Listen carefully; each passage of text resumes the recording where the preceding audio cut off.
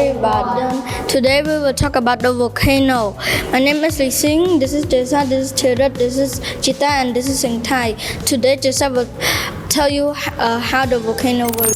Volcano is an opening in the Earth's surface which allows hot molten rocks and gases to escape from the below surface. When the pressure of the volcano head is beyond points, it erupts and releases hot ash, gas, and rocks. In our volcano, we need tape, bottle, flour, scissors, and paper. For the lava, we will need baking soda, vinegar, and food coloring. Here comes the messy bit. Pour the ingredient into the volcano's opening.